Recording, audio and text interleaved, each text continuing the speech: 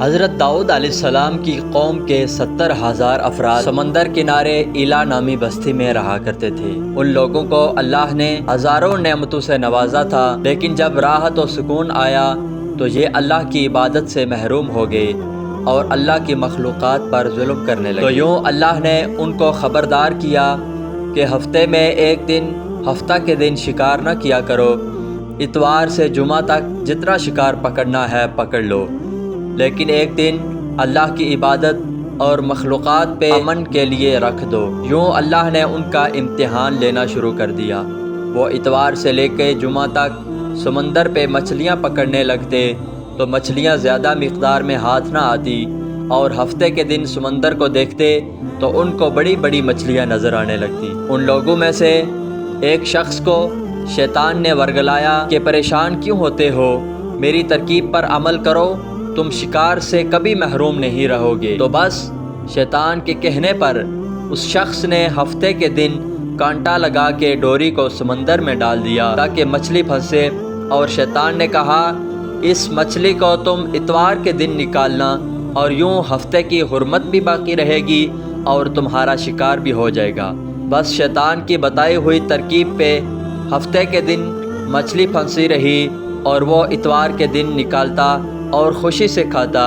جب آس پاس کے لوگوں نے پوچھا تو ان کو بھی یہ ترکیب بتانے لگا، اور یوں اس قوم کے کچھ لوگ ہفتے کے دن مچھلی پکڑنے کے لیے جال پھینکتے اور اتوار کے دن نکالتے، اور کچھ نے تو اس سمندر میں سے نالیاں بنا کے چھوٹے چھوٹے تالاب بنا دیے تاکہ ہفتے کے دن جیسے ہی مچھلیاں یہاں سے گزریں تو ان تالاب میں پھنس جائیں، اور اتوار کو ہم ان مچھلیوں کو نکال کے پکا کر کھائیں گے۔ اس گاؤں میں کچھ اللہ کے خاص بندے بھی موجود تھے جو کہنے لگے، اے لوگو، اللہ نے ہفتے کے دن شکار کرنے سے منع کیا ہے۔ یہ جو تم جال پھینکتے ہو یا چھوٹے چھوٹے تالاب بناتے ہو، ان میں ہفتے کے دن اگر مچھلی پھنستی ہے تو یہ شکار ہفتے کے دن کا ہوگا۔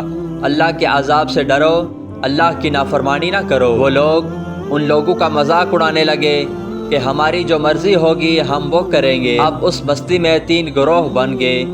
ایک ان 70,000 میں وہ لوگ تھے جو ان نافرمان لوگوں کی بار بار اصلاح کرتے، دوسرے جو ان لوگوں سے نفرت کرتے اور خاموشی اختیار کیے ہوئے تھے، اور تیسرے وہ جو گمراہ ہو کر اللہ کی نافرمانی کر رہے تھے۔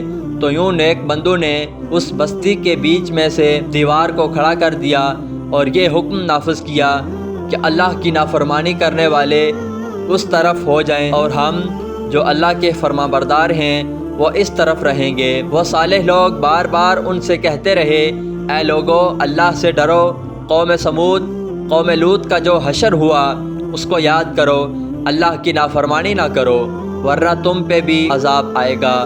وہ سارے نافرمان جن کی تعداد تقریباً 12,000 تھی، سب ہنستے رہے کہ یہ تو سب کتابی باتیں ہیں، ہم پہ کوئی عذاب نہیں آئے گا۔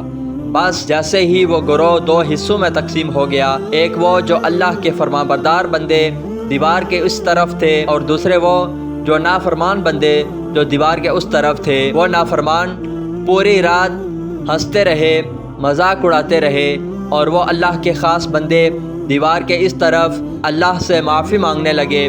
بس جیسے ہی صبح ہوئی، وہ نیک صالح بندے اٹھے، انہوں نے محسوس کیا کہ دیوار کے اس طرف سے کسی انسان کی آواز نہیں آ رہی۔ دیوار کے اس طرف چڑھ کے دیکھنے لگے کہ سارے کے سارے وہ لوگ بندر کی شکل میں تبدیل ہو چکے تھے اور بندروں کی حرکت کو انجام دے رہے تھے۔ وہ جو صالح لوگ دیوار کے اس طرف سے بندروں کو دیکھنے لگے، ان صالح لوگوں میں سے جو ان کے رشتہ دار تھے، انہوں نے ان بندروں کے کپڑوں سے اپنے اپنے رشتہ داروں کو پہچانا اور چیخ کے رونے لگے اور اللہ سے معافی مانگنے لگے۔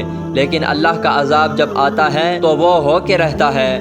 وہ 12,000 لوگ جو بندر بن چکے تھے کچھ بھی کھا پی نہیں سکتے تھے، اور یوں 3 دن بعد اس عذاب میں آ کر فی النار ہو گئے۔ بے شک اللہ ان بندوں کو پسند نہیں کرتا جو اللہ کی نافرمانی کرتے ہیں۔ اے اللہ، ہم سب کو اپنا فرمان بردار بندہ بنا، ہم کو ویسا بنا جیسا تو ہم کو دیکھنا چاہتا ہے۔ آمین ثم آمین۔